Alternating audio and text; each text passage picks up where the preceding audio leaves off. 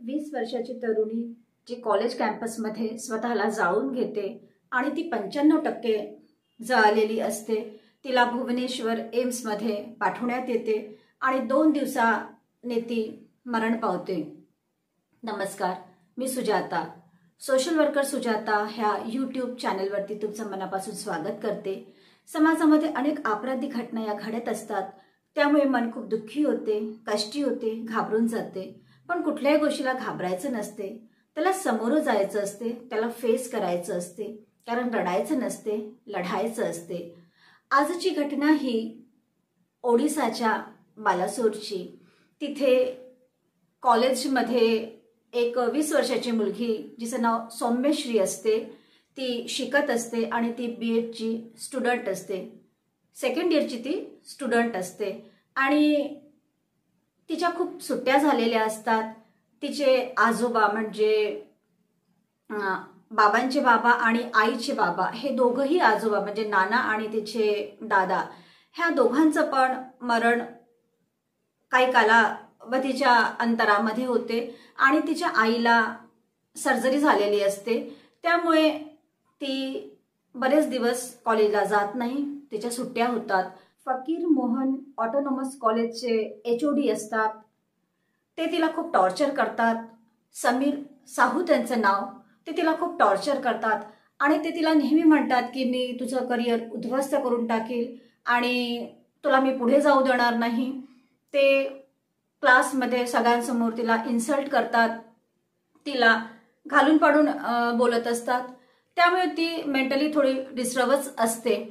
पण टॉर्चर करण्यामागचा उद्देश त्यांचा हाही असतो की ते तिला शरीर सुखाची मागणी करत असतात आणि ती त्या गोष्टीला नकार देते। ती म्हणते की मी असं सगळं करणार नाही आणि ती त्याच्या विरुद्ध आवाज उठवते।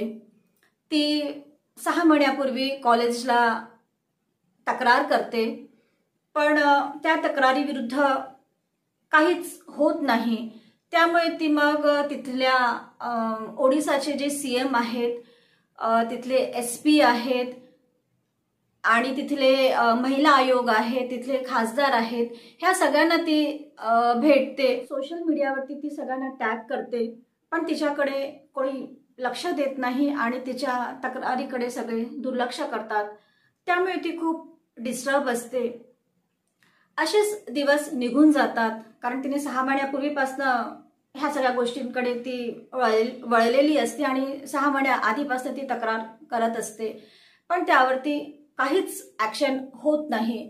त्यामुळे ती 12 जुलैला प्रिन्सिपलच्या रूममध्ये जाते आणि त्यांना म्हणते की सर, माझ्या तक्रारीकडे तुम्ही लक्ष दिलेलं नाही आहे, मला खूप त्रास होतो आहे आणि माझे HOD मला खूप त्रास देत आहेत, तर सर तुम्ही मला न्याय द्या।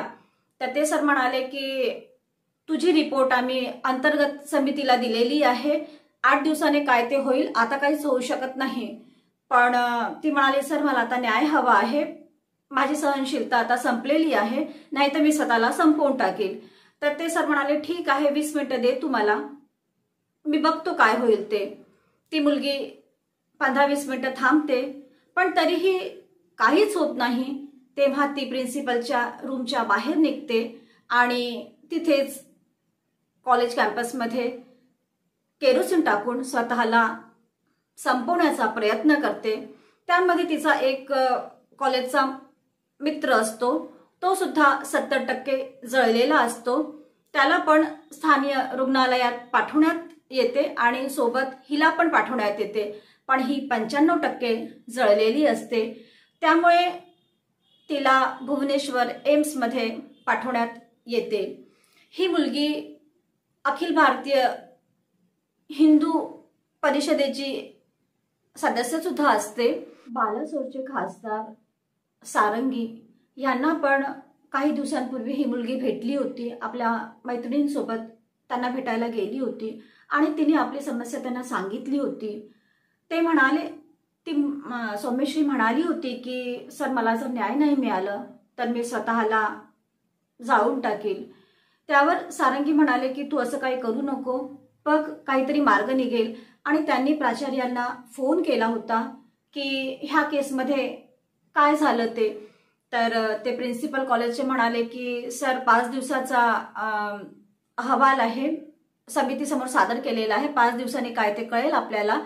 पण त्याआधी ही गोष्ट होऊन गेली. द्रौपदी मुर्मू ह्या ओडिसाला व्हिजिटला गेल्या असताना त्यांच्यासमोर ही घटना झाली होती. तेव्हा ते भुवनेश्वरला त्या मुलीला भेटायला गेले होते आणि त्यांनी हमी दिली होती की सर्वोत्तम उपचार आपण या मुलीला देऊ आणि वाचवण्याचा पूर्ण प्रयत्न करू. तिथले सीएम ह्यांनी 20 लाख रुपये पीडितेच्या पॅरेंट्सला देण्याचं कबूल केलेलं आहे आणि ते मोबदला म्हणून त्यांना देणार आहेत.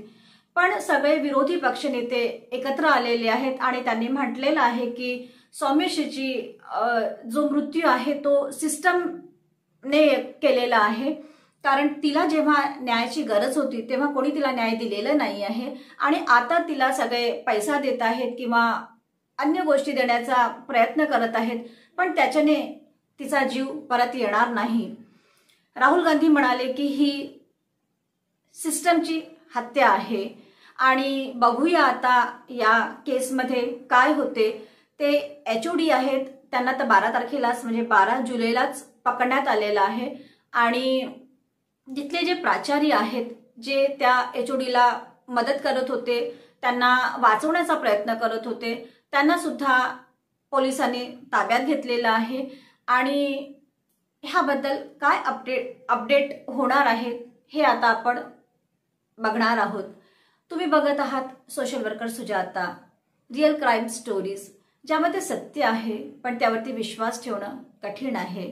परत भेटूया पुढल्या वळणावरती.